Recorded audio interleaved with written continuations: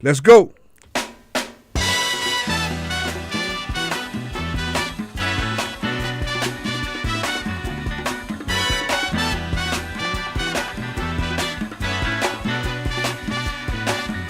Hush not, child, and don't cry.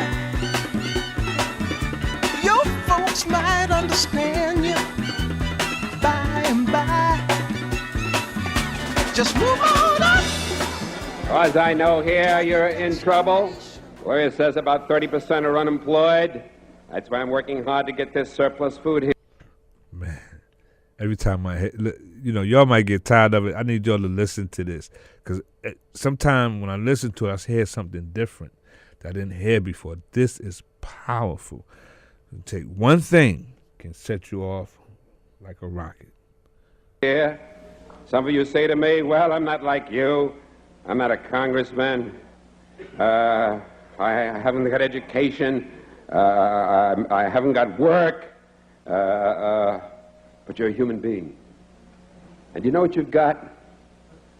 You've got in your hand the power to use your vote and to use even those few cents you get from welfare to spend them only where you want to spend them. Remember that.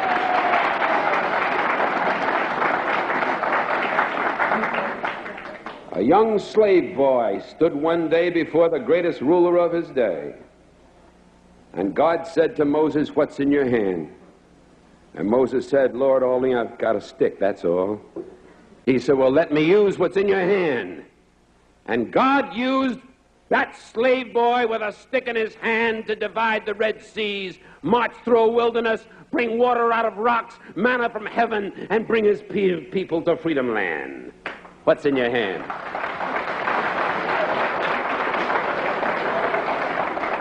What's in your hand? George Washington Carver, who was so frail that he was traded for a broken-down horse as a slave boy. And George Washington Carver, sitting in the science laboratory at Tuskegee, told me, he said, Dr. Powell, he said, I just go out in the fields each morning at 5 o'clock, and I let God guide me.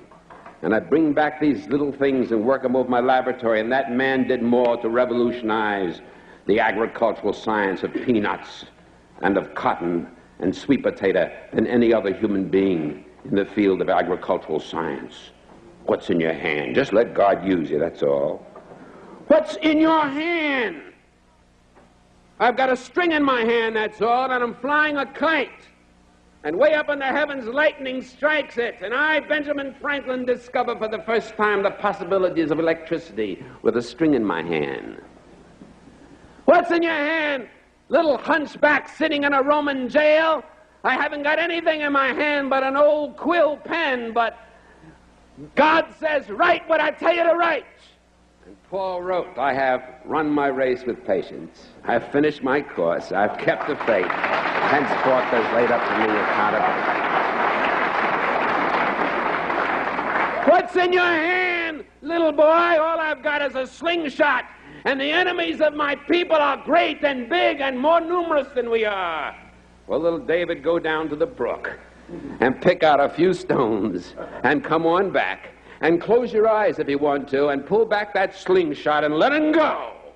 And David killed the biggest enemy, the leader of the giants, against his people, and his people became free, just letting God guide a stone in his hand. And a few years passed, and David is a king. And God says, what's in your hand? He said, I've got a harp in my hand. He said, well, David, play on your harp. And he played, the Lord is my shepherd. I shall not want. Maketh me to lie down in green pastures. Leadeth me beside still waters. Yea, though I walk through the valley in the shadow of death, I'll fear no evil. What's in your hand? What's in your hand? Man hanging on a cross. I've got 2 nails in my hand. Father, I stretch my hands to thee. No other help I know. If thou withdraws thyself from me, whither shall I go? And that man, with 2 nails in his hand, split history in half, BC and AD. And what's in your hand tonight, people of Cambridge? You've got God in your hand, and he'll let you win because he's on your side and one with God, always in the majority. So walk with him and talk with him and work with him and stick together and fight together. And with God's hand in your hand, the victory will be accomplished here sooner than you dreamed, sooner than you hoped, sooner than you prayed for, sooner than you imagined. Good night, and God bless you.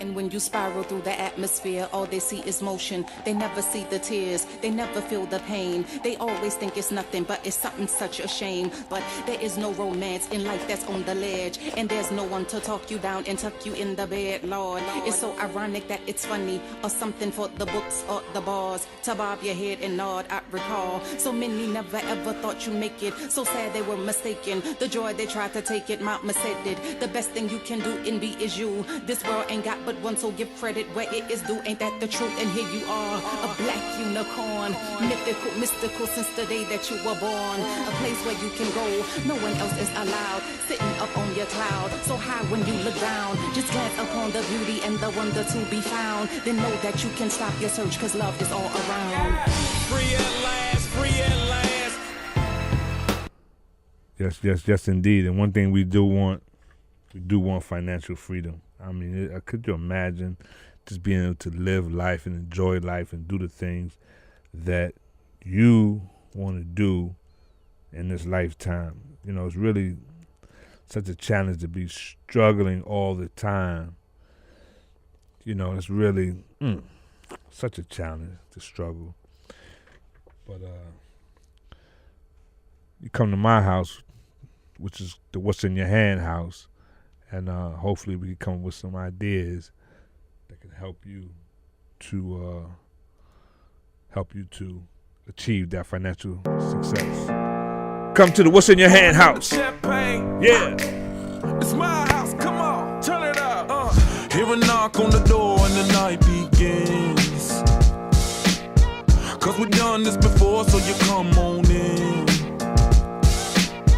Make yourself at my home, tell me where you been. Pour yourself something cold, baby, cheers to this. Sometimes you gotta stay in, and you know where I live. Yeah, you know what we is. Sometimes you gotta stay in. Welcome to my house, baby, take control now. We can't even slow down. We don't have to go a while. Welcome to my house, play that music too loud. Show me what you do now. We don't have to go a while. Welcome to my house. Welcome to my house. Morning comes and you know that you wanna stay.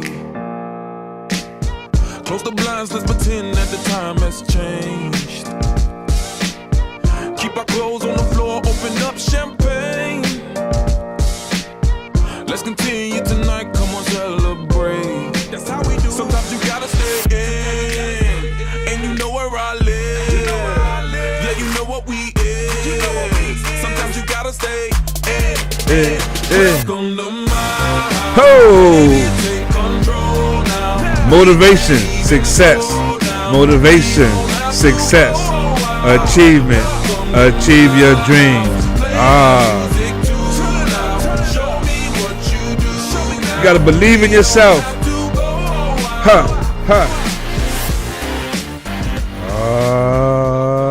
Yeah. Wow, man, oh man, that was fun. That was fun. And I have a guest in the studio, Dione Cespedes. Cespedes. Before we get into what you do and everything, welcome to What's in Your Hand. Welcome to my house. Welcome to What's in Your Hand, this motivational success program. I'm excited to have you because I know what you're bringing is so powerful. So I'm excited about that. I'm so happy to be here. Thank you for the invitation. Can success, achievement, motivation, positive thinking, positive action, all those principles, can they be fun? Absolutely. Absolutely. See, what you need to be able to do is form a picture of success and be flexible about what that picture is, and then move toward it with an attitude of fun. Don't try to work toward any goal 100% by yourself. Build a team around you of people that you enjoy being with. Sit down and read books about it, or look on the internet and research about it, and choose a goal that you're going to enjoy moving toward, and then enjoy it. It's not just about getting to that end goal. It's about enjoying every step on the way.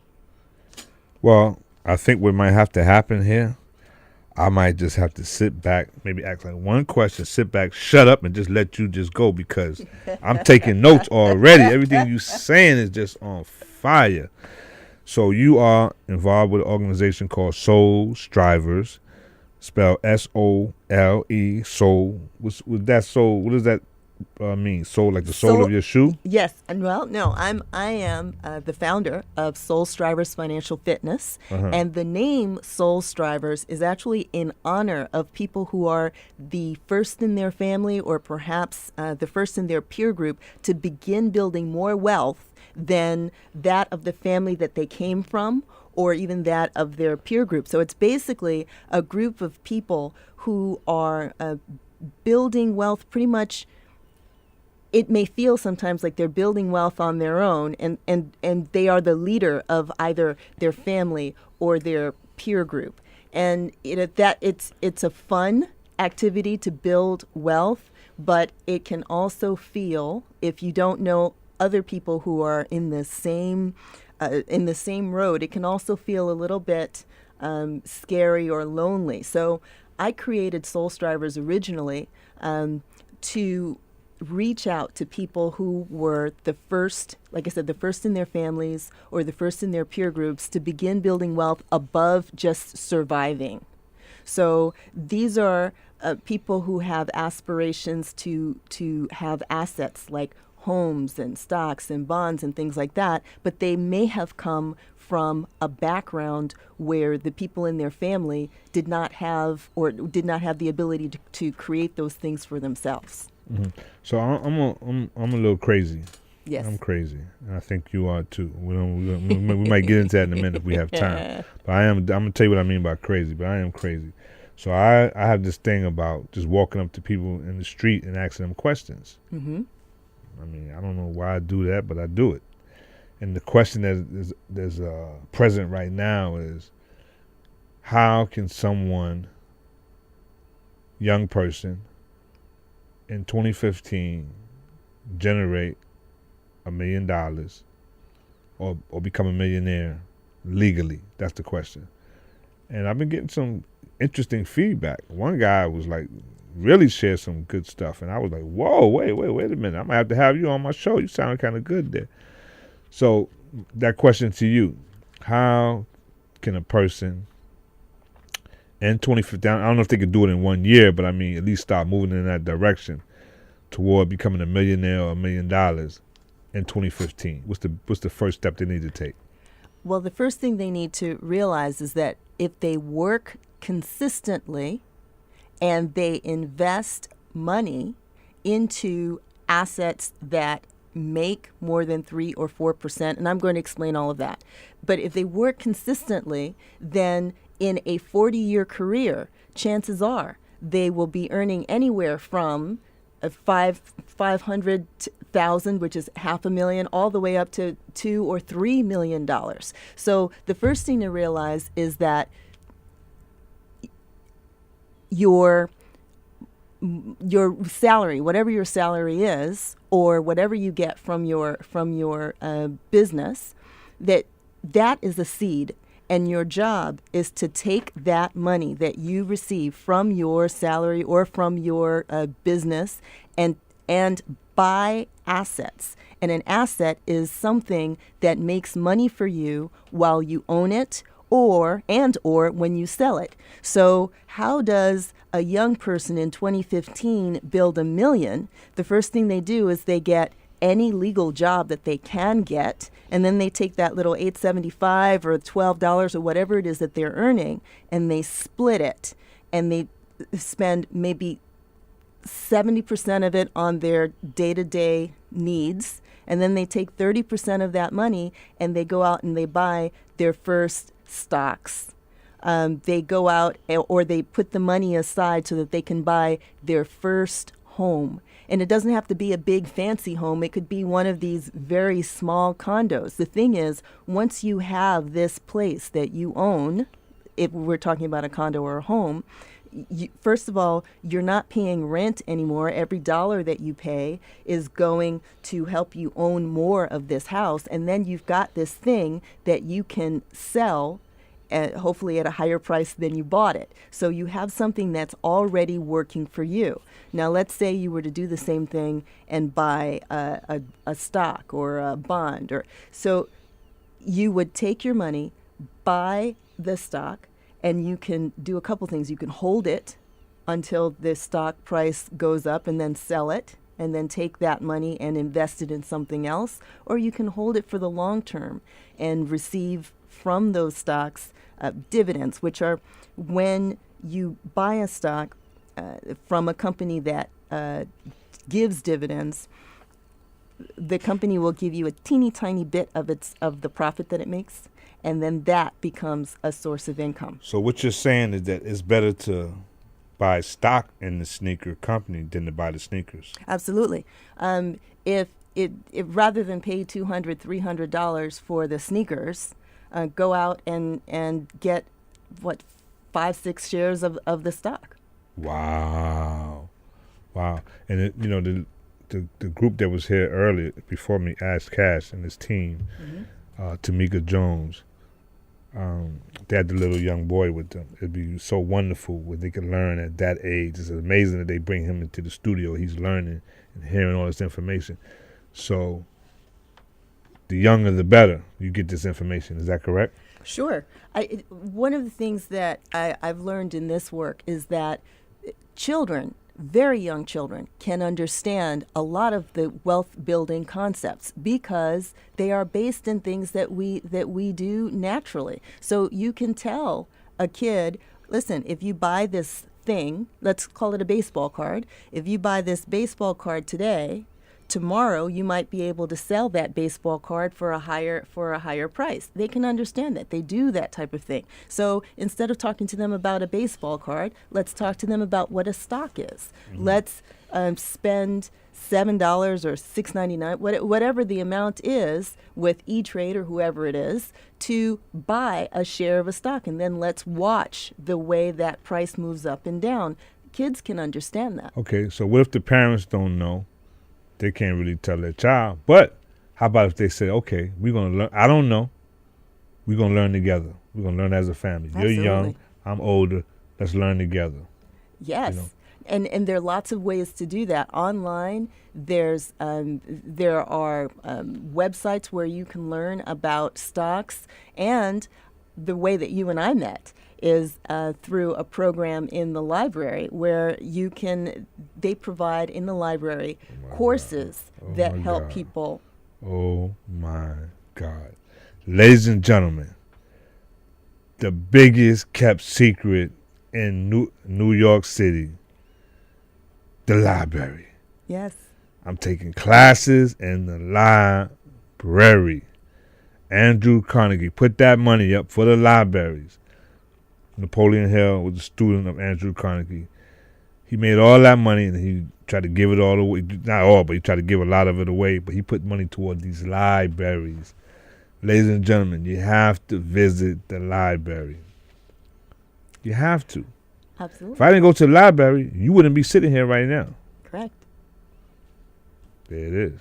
And the library is great because not only do they have classes like the one where we met, Yes. but they also have individual financial coaching. They've got an entire section on in 33rd Street, the 33rd Street a business library, an entire section on financial literacy, which has some of my favorite books in there on financial literacy. By the way, I'm a big fan of the For Dummies and For Idiots books on every topic, including trading and stock market and all of that, because what those books do is they break down the information so that anybody can understand it. And it really is pretty simple to understand when it's explained correctly. Yeah. And they are sources of information whereby if you don't understand how the Dummies book did it, then you can go and pick up the Idiot's book, and then you can understand maybe a textbook. With that base that you got from the Dummies book or the Idiot's book, you can understand a textbook. So all of that knowledge sort of builds upon each other, Right. and then you're able to really understand the topic. I wish they had a Dummies book or Idiot's Guide for radio hosts. A Dummies book for radio hosts or Idiot's Guide for radio. I would get it. I would get it. Yeah. You know, I might even buy it, because like a lot of books I don't buy now because I get a lot of books from my hosts, from my guests. But I would literally be willing to buy that book. Mm-hmm.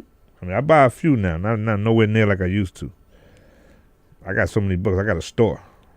I got to start giving some of these books away. Well, one thing I love about the library is, they keep very, very current, so that those of us who love books and love to collect books, but don't have enough space for all those books, we can have that great feeling of getting a new book in our hands, and then giving it up after we finish reading it. We can give it back to the library, and the library will hold it on its shelves for us until we need it again. And then we can go back and get it again. Unless somebody takes it out. Yes, but you know what I love about them? And by the way, I do shows at the library, but I'm not an employee of the library. I just love the library. But what I love about them is that if a book is popular, they have more than one copy. And so if somebody takes it out, I can easily find out where else in the system it is, and then I can have them ship the book to my library. Look at that. Which I love. Yeah. Now, which is your library? Oh, goodness. My library is the Midtown Manhattan Library. That's the one that's closest to my office. Okay. But because of the work that I do with the library, I've traveled around to all Now, of you the... said there were 900. Did you tell me that? 900, no. Another lady told me there were 900. No, I think there are about 90 within the New York Public Library system. I may be wrong, but I think there may be about 90, and they're in Staten Island, in Manhattan, and in the Bronx. And then the Brooklyn Library is a different system, and so is the Queens Library. I had another lady who here from the library, who I met through the library system, and she's a she's a coach and organizational coach. Oh, She helps people with clutter, how to declutter. Yes. And she was excellent, and she was good. And then I'm going to have one soon who is a coupon lady, coupon queen. Okay. So if you want to save, she said she can help you save 50% on your grocery bill. Now, that's huge, 50%. That is That's huge. huge. That is What can huge. you do with that 50% that you save? What can you do with that? Well, what you want to do with that is you want to put it aside, buy some assets that are going to make some money for you. Now, the one type of asset I didn't mention, I talked about assets, tangible assets like a stock, a bond, a piece of real estate. But the other asset that you can buy is knowledge. If you identify that there's a certain test that you need to take, or a certain classes that you need to take, and by taking those classes you're going to be able to earn more either in your field or in another field, then that education that you are purchasing becomes an asset. Why? Because after you buy it, you get the information, and then you're able to take that information and convert it into extra dollars. Now, that doesn't mean go off and get some sort of general studies degree. Nothing wrong with general studies degrees, but what I'm talking about here is where we acquire a certain type of knowledge, a very specific type of knowledge that we know we can convert into more money. For example, somebody might pay me more to be certified as an XYZ programmer. So if I know that for a fact, then the money that I pay to become certified as an XYZ programmer is an asset, because as soon as I finish, I'm going to be able to earn $10 or $15 more an hour than I was before. Okay. Since you want to go there, how can Roz David take that knowledge that he has on Bob Marley and turn that into a asset? Got it. Okay, so a couple things. One, he needs to find a group of people or groups of people who are interested in the topic and willing to pay for information on the topic. Then he needs to find out how they want to have that information. So if he learns that what they would do is buy a book or a booklet, then he should write a book or a booklet. What about the family? Because the family has his, because they had lost his assets and then they got it back. His property, his name, they got it back. So you're asking me how the Marley family can... Well, no, how can Roz David, who's not in the family, Yes. if he wanted to capitalize on that knowledge that he has and then still not have any problems with the family? Well, I think that's a specific case, and I don't know what the details are there, but I think whenever you have any body of knowledge and you're trying to figure out how to monetize that knowledge, right. what you need to do is find out who needs it and how they need to see it or hear it. So, for example, if he found out that there was a group of Marley fans somewhere. They're out there, a lot of them. And what they will pay for is some MP3s or CDs telling stories that have never been heard, then he needs to get right here in the studio and do some MP3s and or CDs. If he finds out that what they really want is a speaker to come to a group, maybe a Bob Marley lovers reunion or something like that, to come and speak, then he needs to get to that reunion or that wherever it is, wow, and tell those stories. So whenever you have a body of knowledge, whether it be financial knowledge or knowledge on Gola Teeman or knowledge on Bob Marley, and you're trying to figure out how to monetize it, you need to start with the group that's interested in that information. What if you have knowledge on sports? Then you start with the group that has that interest. It's not just sports, right? So it's information about a certain sport. It might be information about a certain player or group of players. It may be information on a certain sports trick. I mean, the golf hole in one. Whatever that information is that you have, if you're trying to monetize it, you need to find the group that is willing to pay for it, and then you need to figure out how they want to use that information, how they want to engage with you. Is it that they want you to speak? Is it that they want to read something that you've written? Is it that they want to hear your voice? So, like, I was a boxer, so I wouldn't do this. But there's a young lady. There's this new sport that I don't even want to call it a sport, but there's this new thing they call MMA or UFC, whatever they call it, where they actually get in the cage. And I'm like, come on, a cage. Mixed martial arts. Mixed martial arts. Yes. So they got this lady named Ronda Rousey who's been very successful, beating these women in 14 seconds, 30-something seconds. I mean, she's, they're really impressed with her. She's like the biggest thing in that sport right now. She's like the one. Mm-hmm. And she's like had some words back and forth with Layla Ali about a match and different people. But anyway, say if someone to say, you know what, I want to become a Ronda Rousey expert. Mm-hmm. She's kind of hot right now. I want to study her, and she has this hold that she put you in, and she get you out there in seconds. You got to give up, like, to get your arm in this kind of lock thing. Yes. I can see you taking her, too. I can see you getting in that cage. I can see that. I got guns. You can't see it, but I got guns. So what if like, say, like, she's current. What if you want to, I want to become a Ronda Rousey expert?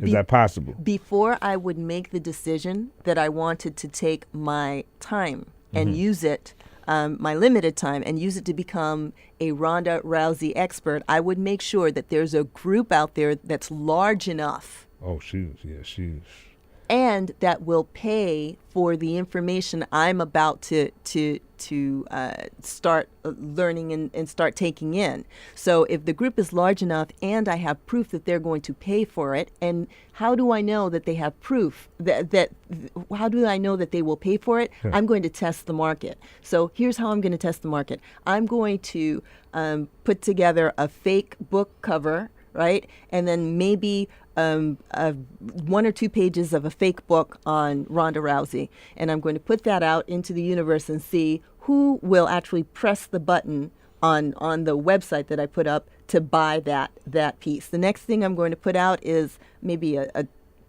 2-minute voice something talking about Ronda Rousey. And I'm going to see who's going to click on it and say that, yes, they want to pay for the 40-minute thing that doesn't really exist, right? And once I have that as proof that somebody's going to pay money for this Ronda Rousey information, then I'm going to go in and become as big an expert as I can, because I know there's a group of people out there who are going to pay for that information. Yeah. We need to take a quick break. We'll be right back in a second. We will be right back. WHCR 90.3 FM, New York. Let's see what we got here.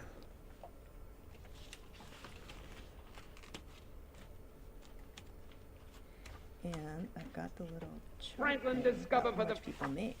villages of. I think that'd be helpful. What's in your hand? Little hunchback sitting in a Roman jail? I haven't got anything in my hand but an old quill pen.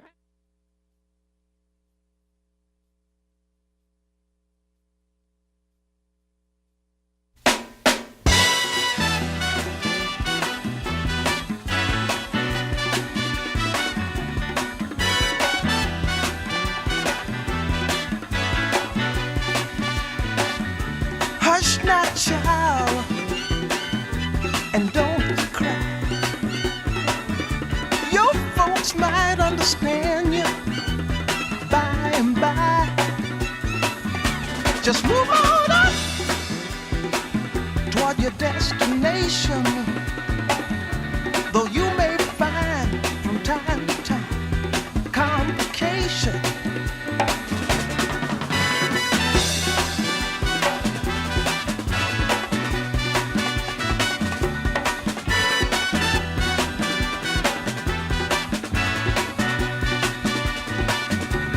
Bite your lip and take the trip. Though there may be wet road ahead and you cannot slip, just move on up for peace you'll find. Into the steeple of beautiful people where there's only one kind. So hush now, child, and don't cry. Your folks might understand you by and by. Move on up and keep on wishing. Remember, your dream is your only scheme, so keep on pushing.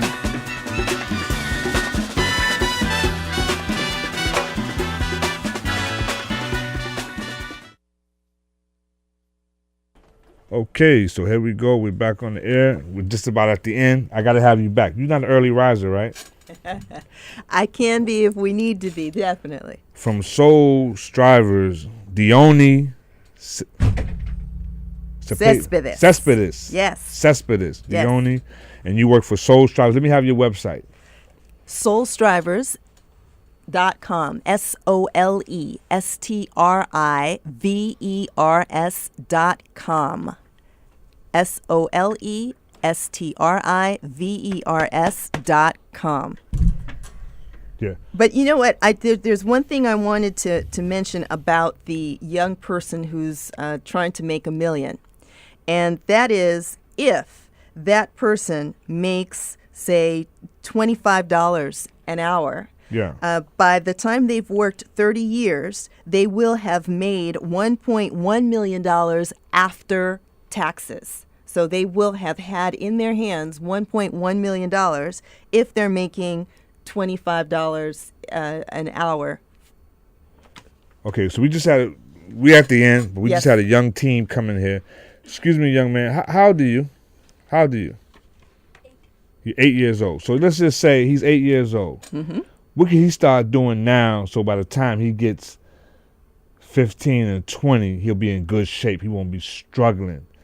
At 8 years old, we need to get his mindset ready now at 8 years old. Well, now he's going to like some of this. First, he needs to have an allowance. So that means every week or maybe every 2 weeks, Get an he allowance. needs to be given some money that money. he can use. Should he work for that money or is it just give it to him? Well, if he works for it, he makes even more money. But if he doesn't work for it, he's still getting a couple of dollars. And this is the reason why. And even if he's bad, he still gets a couple of dollars. And here's why. It's because an allowance is one of the single things that helps you to manage your money early on. You learn how to budget early on. So the key with an allowance is that you have to let kids make whatever mistake they're going to make. So if they use up all their money on a toy, and that's all they have for the month, then they learn maybe they shouldn't do that next month because you're not going to step in and give them more money. So allowance is the first thing. The second thing is you've got to build up your money-making skills. So the money-making skills, here are just a few of the short ones. One, learn to speak in groups.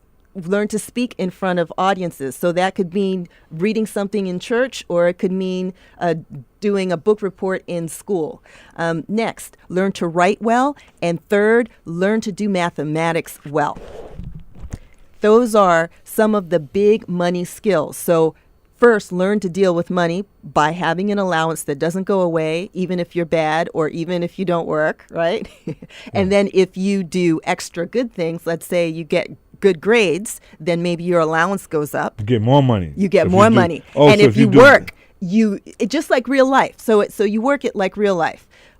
You're going to get some money that's just sort of a base. Maybe it's a couple so if- dollars. If one he or cleans two. up his room real good, he'll get more money. That's right. That's right. You get more money. You get more money. Clean up your room. Yes. Get more money. And the grown-ups can't tell you within reason. What if he reads a book? If he reads a book and it's a book that's challenging, then he gets more money. But if he reads a book that he could have read last year or the year before last, then it's just for enjoyment. What if, extra what money. if he reads a financial book? Oh, even better. All right. More money. Okay. So now, young lady, we ain't going to say who she is. How old are you? 17. Oh, wonderful. So Wow. what can we do for her? So she's 17 now. How much? Like, what does she Learn. need? Okay, first of all, learn about stocks and bonds. Number one. Number two is make sure that are you going to college? Okay. Make sure that you have done as much research as you can into scholarships and things. And then when you are in college, it doesn't matter what you study, make sure that you have, you're taking some math courses, some writing courses, foreign language courses, and if you can study abroad, that'd be great also. So what you're doing is you're building upon these wealth building skills. And that's really important. That and build your social network. Get to know people who are different than you. Different ages, they come from different backgrounds, they may be of different races, they may be boys and you're a girl. Just get to know and work with people who are different than you. Join some clubs, and by the time you're a sophomore, you should be the leader of some club. Now, I said when she came in, the first thing she did, she was on that phone, looking at the phone. What can she do? You said about the sneakers. Instead of buying the sneakers, Yes. you should buy stock in the sneakers. What kind of stock would be good for a young lady to invest in? Anything that stay with big companies that you recognize, and then learn a little bit about those companies. Look at their at their stock prices and see whether the stock prices are going up and down. Learn what makes a company healthy, and then just choose. And then there's the mother right there. So what Yes. what could the mother teach her children about financial success? Well, she can act sort of as the coach, right? So The coach. Coach. What she's doing is first of all, she's providing the allowances, right? And she's also providing support for them as they go out and take risks. One of the reasons why people of color, in particular, even when they invest, don't get the same types of returns is because they don't take as much risk as they can as they should be taking. It is the same within our careers. And part of the way that you can teach both of your children to take risks is by encouraging them to take the course, for example, that might seem a bit hard. Maybe you'll say to them, all right, you know what? I know this calculus course is going to be extra hard, and if you were to take the algebra course below it, we know you would get an A, but this calculus course, you might have to work really hard for a B. If you walk in the door with a B or a B minus because you took the hard calculus course, that's fine. Okay, so we're at the end. So Yeah. so mother dear. No, Coach, do you know do you know anybody? Do you know someone? Like at least one person in New York? Like at least one person? Yeah. You do? Yeah. Okay, you know one person. Daughter, Najee, do you know at least, how many people do you know? Do you know at least one person? Yeah. You can't, wait a minute, let me cut your mic on. Do you know at least one person? Yeah. Do you know anybody that like to make money? Yeah. You do? You know somebody that like to make money? Okay. Yeah. Marcel, do you know anybody? You have any friends? Do you know some people?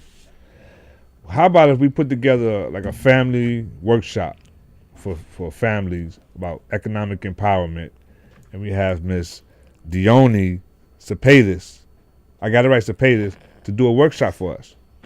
What do you think about that? To empower families about their financial, young girls.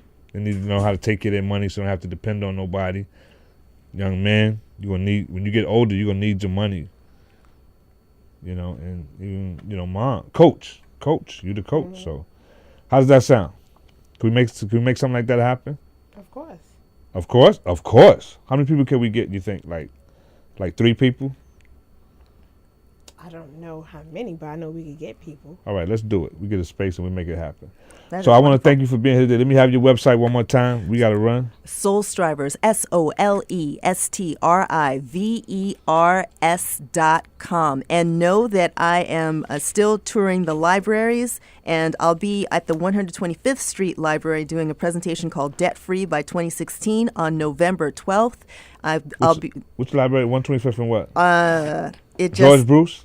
I think so. It just says 125th Street Library. Does it say which avenue? That might be George Bruce. That's where I grew up at. Maybe. Yeah. You know what? I will. But there's at least 2 on 125th. There's one all the way on the east side also.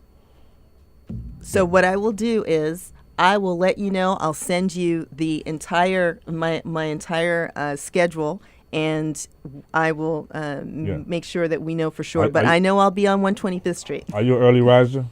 I can be. Let's make it happen, because then we have more time to really get into this and have some Absolutely. more. This is okay. wonderful. This is Rick Young signing off. Another segment of What's in Your Hand here at WHCR 90.3 FM, the voice of Harlem, and I am your motivational success coach. Not coach. I'm not a coach. I'm the host. See, I'm so excited. All right. Your hands up. Let the light reflect upon your natural. Take my soul, babe. Your creative mood shall express itself. Take my soul, babe. After life and desire, there is nothing left. Get down. Get down. Get down. Get down.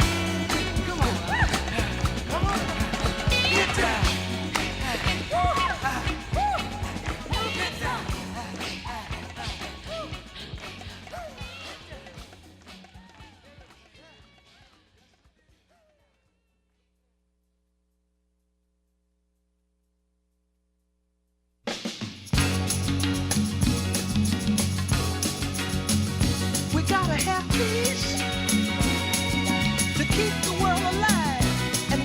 cease. We gotta have joy,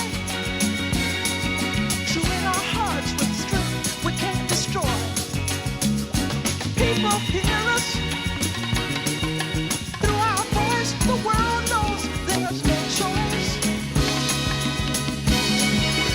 We're begging, save the children, the little ones who just don't understand.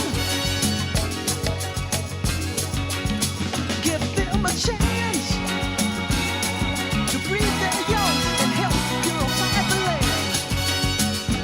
People hear us through our voice. The world knows there's no choice. That fire, that cause love, that up and that down, that front, that back, baby, I can't seem to get enough. Ooh, baby, let me do it till I'm satisfied. Oh, baby, now, right now, baby, I ain't got no more pride. Oh, sweet sugar, I surrender. I don't want no other man.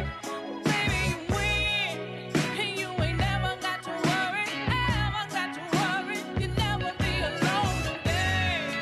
There's nothing that, that I wouldn't do. Heard a song by the day, everybody know who I'm talking to. I'm a fool, such a fool for you.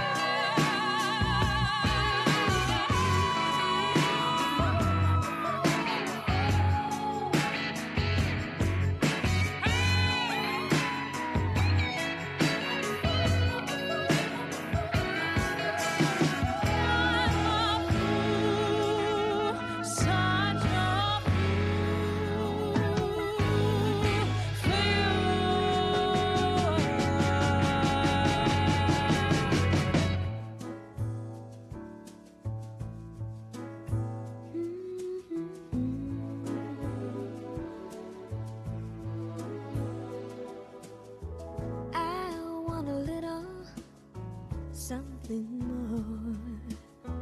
Don't want the middle or the one before.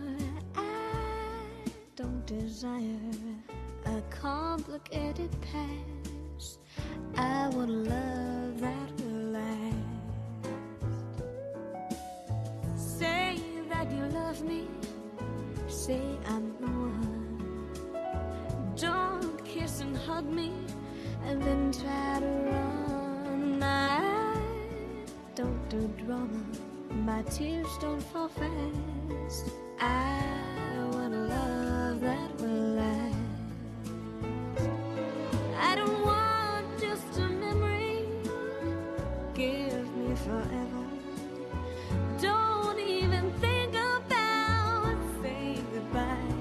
'Cause I just want one love to be enough and remain in my heart till I die. So call me romantic, I guess that's so. There's something more that you ought to know. I never leave you, so don't even ask. I want love that will last forever. I want love that will last.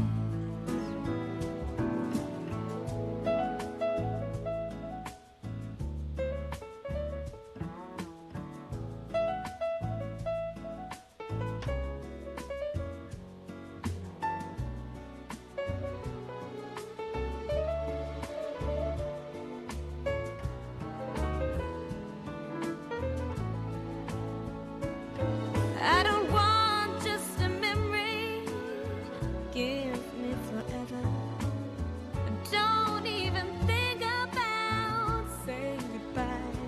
'Cause I just want one love to be enough and remain in my heart till I die. WHCR 90.3 FM, New York.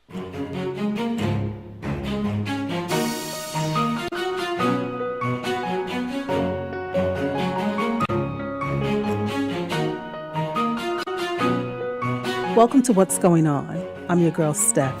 I love sports. I love talking about everything from knockouts to big shots to Game 7 and game-changing plays. You need heart to win. That's right, heart. You'll think twice about everything you hear or see after my tape. Why? Because I'm changing the game. What's going on? I'll tell you. Sundays, 3 p.m. to 4:30 on WHCR 90.3 FM, New York.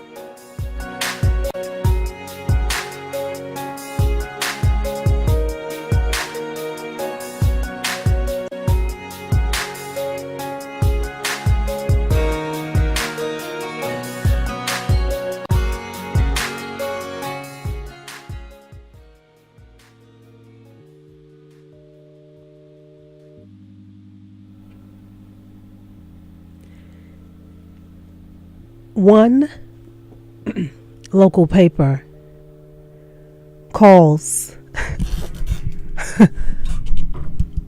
our local heroes, and I'm quoting to be absolutely sure, idiots if I'm correct. And I believe that's, I saw that on the Daily News website, and they were referencing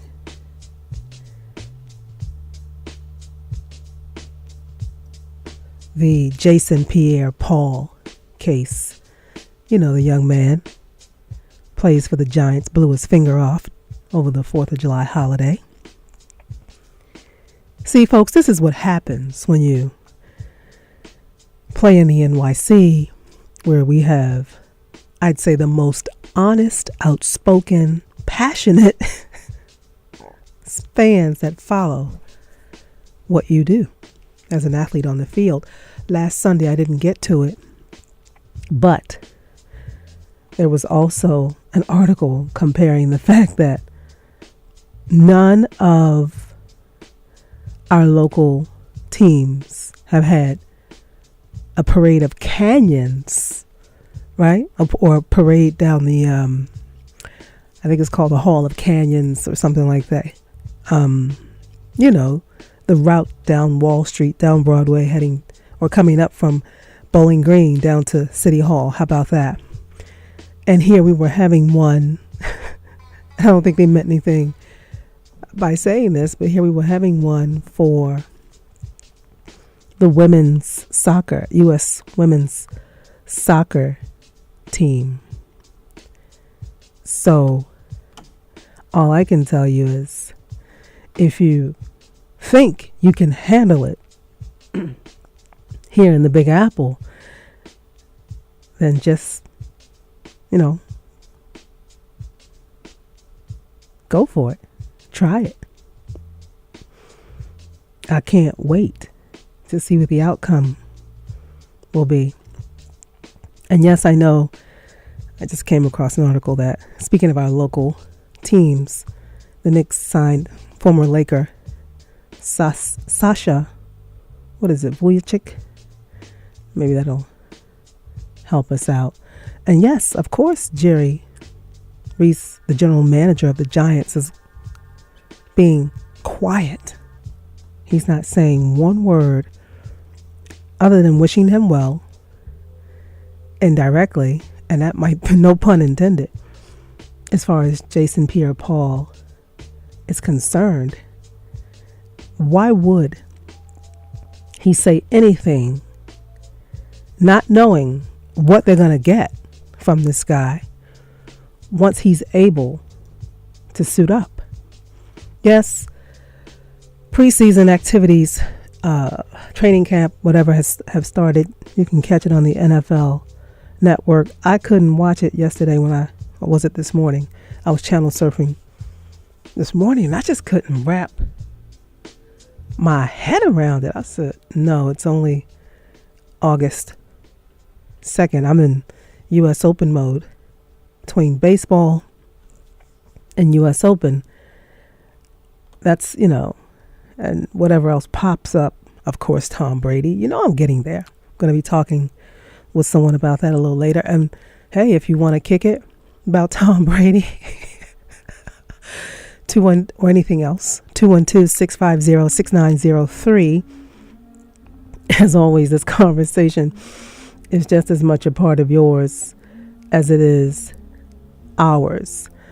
And but this is New York, man, and this is the only way they know how to do it. So when you read that a local paper has called out players or a player or the whole scene, the New York scene in this particular sense, it was the whole entire scene, the sports scene itself.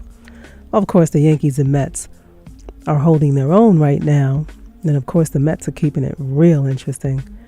It's a great series right now they're in the midst of with Washington. They could actually sweep them, I believe.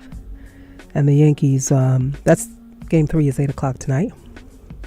The Yankees are on the road in Chicago. They could take that series if they win. Right now they're in action.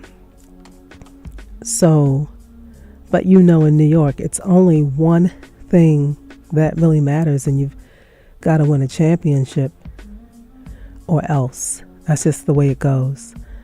And there's not been a parade of I want to call it a parade of canyons.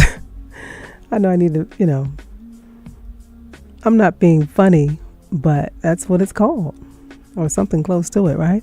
In other words, the last time one of the local teams had a parade that came up Broadway from Bowling Green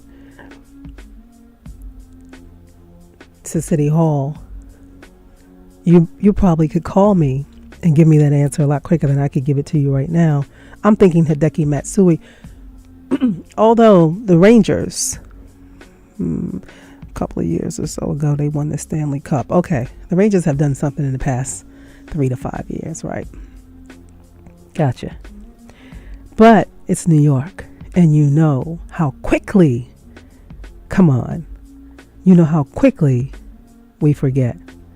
Because it's only about what have you done for me. Fill in the gap. Okay, I'll help you. Lately.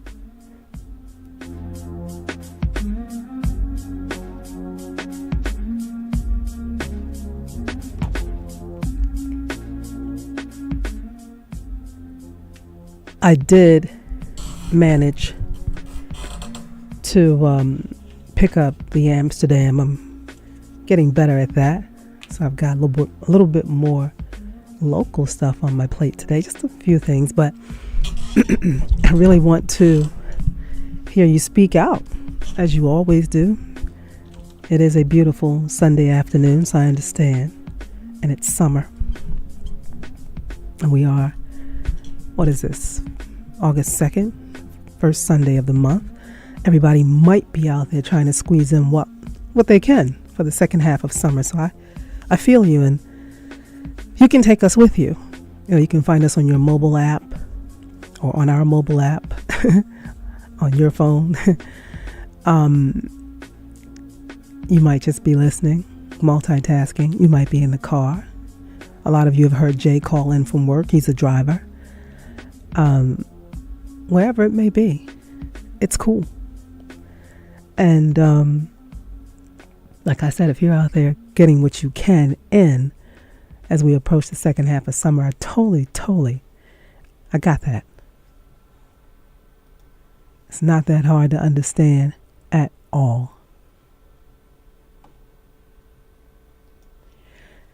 the Tom Brady situation, it's not funny. It's really not. But like I said, I'll be talking about it at 3 o'clock, in a little bit. Somewhere between now and next few minutes, we'll get into it.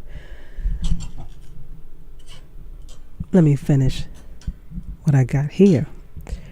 The New York Liberty, as I'm adjusting my mic for those of you who are watching me live on the internet. New York Liberty, you gotta go see him. You gotta go see him. That's all I'm saying. You gotta go see him. Yes, I have my hat and I have my sweater because my allergies were triggered a week ago. I am not playing, okay? It ain't nothing like having your allergies act out and walking around miserable, everything aching, nose burning, dripping, running, sneezing. So I usually have 2 sets of of clothing now. I have the stuff that I wear on the subway in places that are cold, and I have the stuff I switch up and put on when I'm outside in the heat.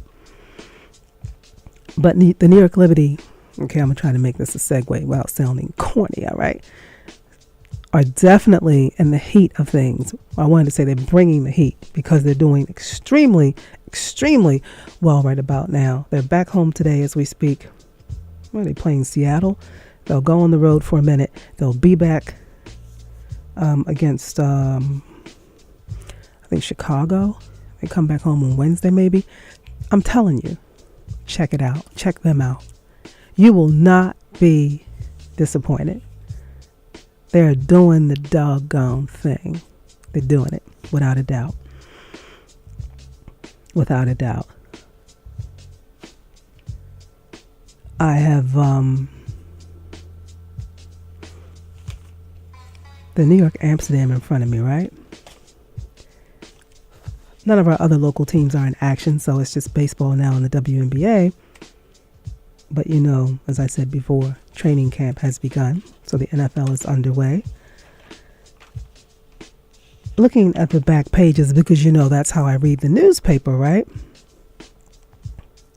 The back page of the New York Amsterdam, for instance, says, if the NFL's footballs are so important, why do so many have access to them? Of course, there's another story by Jamie C. Harris. I sit with Jamie in the press box a lot at Knick games. And of course, I think he comes to Net games as well, but mostly Knick games for sure. This article's title is Odell Beckham set to become top receiver in NFL. Okay, I'm going to do a little bobbing and weaving because I'm going to follow a little bit where my mind is taking me. As I was reading that title, I said, what about boxing? Yes. Locally speaking, yes. There was a card at the Barclays Center last night. I'm going to tell you how I remembered because I knew I wasn't going to go cover it. Then I ended up having to work anyway. Coming home from what I had to do, I'm coming down the street.